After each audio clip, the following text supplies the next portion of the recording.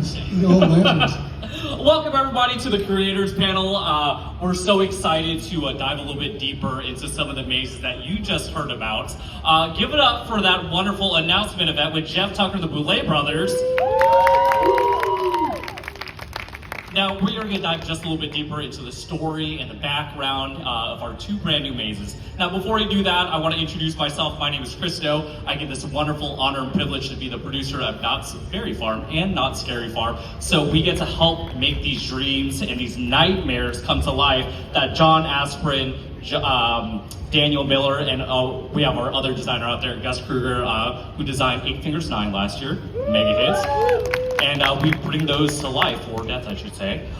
So I get that wonderful, amazing honor. And I want to introduce and take a moment. So John Aspirin, do you want to introduce yourself? What's up, Scary Farm? Hi, my name is John Aspirin, and I am a creative designer. Work here with our creative studio. It's a studio full of incredible designers, writers, lighting designers, audio designers, video designers, show directors. So it's an honor to be here, and I'm pretty stoked to talk a little bit about Mary. So yeah, it's gonna be cool. And fun fact about John Aspirin also designed one of our retiring mazes here, Grimoire, as well. So give it up for Grimoire. Daniel Miller, tell us a little bit about yourself. Hey, I'm Daniel Miller, creative designer. I've been here 27 years. And I have around 27 mazes under my belt, give or plus one or two. So I love this job. This is a dream come true. I love scaring you guys. And I'm here to talk about the zoo. And then, fun fact about Daniel Miller is he also designed our other maze that's retiring this year. And one of the first mazes that I got to work on a little bit was Mesmer. So get it for Mesmer as well. All right, so let's just jump right in. Let's talk about some mazes. We're ready. So the first maze we're talking about is Mary. John, you saw the video, we saw the trailer for Mary, The Haunting of Worth Home. Can you tell us a little bit more about the background synopsis of Mary? Yeah, let's get right into it. So I know you guys all saw the trailer, and it kind of hinted at a few things. Well, let's go over the synopsis, and we'll take a deep dive into the backstory. But Bloody Mary is an exciting and haunting original adaptation of the terrifying childhood urban myth. The experience takes place during present-day Halloween as trick-or-treating guests arrive to a group home for misplaced teenagers and stumble inside the moment after the teenagers proclaimed the haunting words, I'm going to say it, Bloody Mary, Bloody Mary, Bloody Mary. Begin the harrowing escape out of this modern group home and travel through the winding, darkened hallways, mirror-filled bedrooms, and creepy corners of the house. And finally into the dark, cold, and distorted world of Bloody Mary as she and her legions of creatures lurk in the dark as they prepare to snatch your soul forever into eternity. It's pretty wild. I love that. Now, we have Bloody Mary. I've had my story that I've had of Bloody Mary. We've all heard our versions of Bloody Mary. Tell us some of your inspiration that you have, that you drew to kind of come up with Bloody Mary. Absolutely. So, for the inspirations, before I dive into the inspirations, just a kind of sort of little backstory, because, we love our fans. We have the best fans in the world. And so, before I dive into the inspirations, let's kind of sort of elaborate a little bit just on the story itself. So, Mary, and this takes us back into like 1895. I'm not going to give the exact date because it's gonna throw it away. But she basically escaped this crazy trial, and she ended up starting a new life, away, and found this beautiful family, found this beautiful husband. They had a beautiful daughter, and she was often envied by the townsfolk, right? And in all of this, on one harrowing night, one awful night, she came home to find that her husband and her daughter was brutally murdered. In that moment, the townsfolk came over noticed that she was bloodied. And at that point, because of their envy, they pulled her to the backyard. They beat her to death. They shamed her by cutting off all her hair. And just keep in mind, I'm going to say hair, and that's all I'm going to say, but I'm going to say it in the sense that you'll find this possibly throughout the maze. But in that moment, in her last breath, as they threw her in the shallow grave, and as you saw in the video, she basically closed her eyes, took one last breath, and it fast forwarded over to where we saw the modern day. But with Mary, in all of this incredible story, I think the beautiful thing about it is that there's almost a relatability. There's a parental instinct in all of this, and so there's a bit of a tragedy involved in it, as opposed to this just blind rage. And so when she comes back in all of this, our story basically takes place, and actually I'm going to put that on pause, because when she wakes up in this almost crazy little underworld, and in this underworld, she's looking for her family, and years passed, days passed, and as she's walking through, unable to find her family, she realizes that there's these creatures sort of just peeking out of the shadows and noticing her. So as years and years and years pass, and she aimlessly walks down this hallway, she hears Bloody Mary, Bloody Mary, and Bloody Mary. And at that moment, everything comes back. She remembers, the rage returns, the grief returns, and all that happens. And that's where our story picks up. And it takes place in the modern day. So, in her home, it has, over the years, has transformed into this group home. And so, from the different laughter and the different smiles and the different scents, it's her home, but her family is nowhere to be found. And so this is where we get a chance to dive into what's next.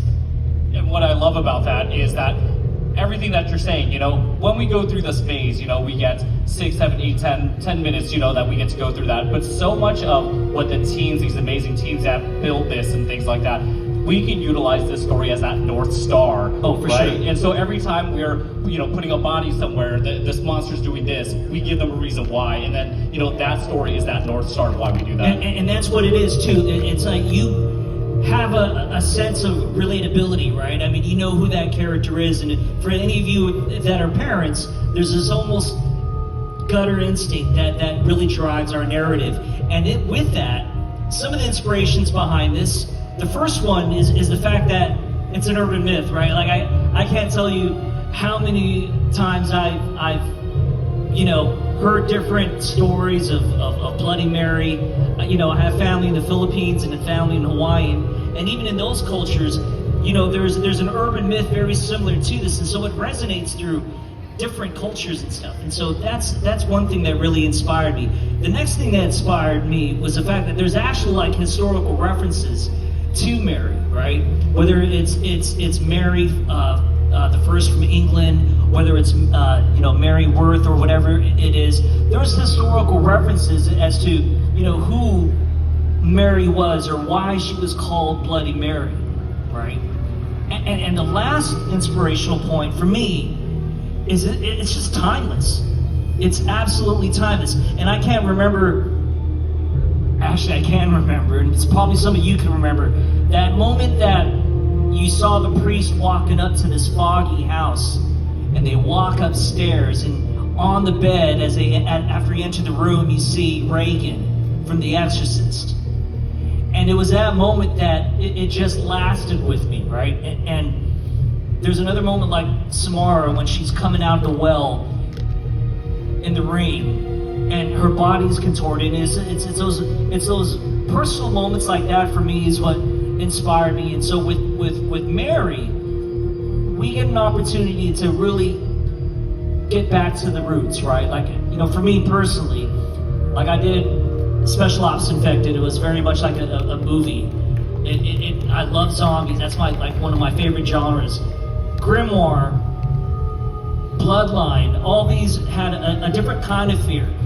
But for this, it's a little personal, right? I think for some of us, as adults, I don't know how many of you all would turn off your lights and say Bloody Mary in the bathroom, and so it kind of cuts a little deep for this. And so with that, these inspirations are really what drives us getting back to the core of what Knott's Scary Farm is, right?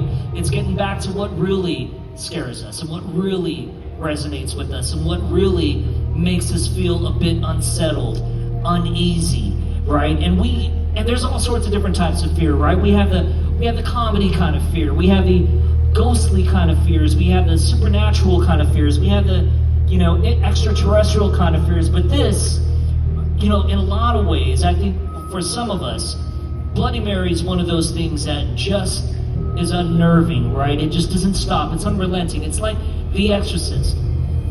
Fun fact, I don't think since I was 7 in Torrance and I closed my garage and tried to do it one time, I've never done that again. So I've never said Bloody Mary 3 times in a dark room, so we're not starting now. Oh, for sure, absolutely. Do you guys want to see some creatures? Okay, so we're gonna give you guys a little glimpse. We talked a little bit about the story. Let's bring up the slide of some of the creatures.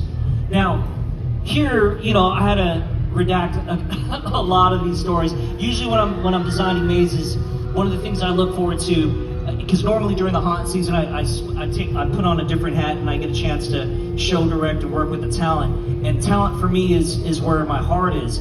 And so the scare actors here and designing and drawing these characters out really is what resonates for me. And a big shout out, because these are just concept artwork for some of our monsters. We have Skinback, we have Shadow Goblins, we have Harrisway. But the real magic doesn't stop here with just these concept art. It goes to our wardrobe department, to Bill. It goes to some of our other monster makers. Big shout out to Matt. And the rest of our makeup team, Denise and the incredible makeup artists. They are going to take the next step. And with these characters, I think there's going to be what you can't expect in the maze is that you're going to see a variety of characters that you probably might not have seen, with the exception of one. We're not going to reveal it, but we are bringing back a certain character that is pretty popular in our lore, and maybe you might see it in one of the runes. So. But last but not least, we're going to give you a quick shot. You guys want to see Mary? Again, this is just concept art. Let's go ahead and switch the slide. So for us, Bloody Mary is someone that we wanted to really throw a little juxtaposition in who she is and who she was. And as you saw in the video, she was young, she was vibrant, she was beautiful, and again, like I said, she was envied by all the townsfolk. And in this tragedy of being shamed, of losing her family, of being bludgeoned and stoned to death, we see a different side of her. But beneath all of this, there's a lot of story that we're hoping that you guys get a chance to explore when you get a chance to experience Mary. And there's going to be, maybe you might see different iterations of her, but when we're designing this, it's kind of sort of fulfilling to know that it comes pretty spot on when it comes to the other artisans that help create this, and it takes a team to help create these monsters and bring them to life. So John, you show some characters. Do you maybe want to show some rooms? Yeah, you guys want to see some rooms? Cool. Well, let's show some concept art. So. Let's take you through. This happens to be one of the bedrooms that you're going to go through, where you get a chance to see Mary. And again, she had this long, gorgeous, beautiful hair, and you saw that it had a little through line narrative of the young lady that when it blasts you into the present day, and she was combing your hair. This is that scene where we get a chance to see Mary, and here you have kind of sort of Mary that kind of emerges from this mirror. As the girl's combing her hair, and all of a sudden her scalp begins to peel back, and then you have this little, you have a cool little effect with her maybe coming forward and revealing herself on a physical level. So it's pretty cool. But the one thing that is very interesting in this is that it leads into like a couple more rooms into this next scene. And in this next scene, as you travel through the Worth home, you find your way inside the kitchen. And in this old, say, Victorian, house, the house has a lot of Victorian foundational pieces to it. You can see it in some of the moldings and some of the chair rails, you'll see that there is some age to it, but it has a tint of a little modern-esque appliances of sorts, right? You definitely feel like it's a livable space, and in this kitchen, one of the most, common places in our own homes that we find solace and that we get a chance to spend time with our loved ones is the kitchen or the dining room, right? And so it's a nice moment and an opportunity to see some of the supernatural elements in here. And in this concept art, you'll see that it leads to the backyard, something. So, and the final scene I think I'm going to share with you is in this backyard, you will find a greenhouse. One of the things that we love with Scary Farm as designers, we get a chance to kind of sort of play with the space. And if you had a chance to walk the park and you saw the maze still under construction, it happens to take place in where Waxworks is. And so we have to be crafty and we have to be very creative in terms of how we use our spaces here at Scary Farm. And so in all of this, finding an opportunity to take you outside and to really immerse you into the world of Mary Worth and into this group home, we included this incredible, and I love, this is one of my favorite scenes, this greenhouse in which you really get a chance to see a little story beat moment and feel and hear a story beat moment that kind of sort of circles back to the video that you saw. So it's a nice little story moment. And what I love about this greenhouse, I remember walking through the maze recently, and as I'm walking through, I'm like, it's just right smack dead in the center. I'm like, oh, y'all built a greenhouse in here. Like, it is so cool that the teams got to do that. So it is awesome. John, thank you so much for telling us a little bit about Bloody Mary. Absolutely. Real quick though, I know we mentioned it earlier, but it's super important that I have to give a shout out to the folks involved in this, our production teams, our carpenters, and all our props, paint, lighting, all the folks that you probably don't get a chance to see. They don't get enough flowers, and definitely on behalf of us, we wanted to say all of our mazes would not be possible without y'all. So thank you very much. Thank you very much. Wonderful scenes out there.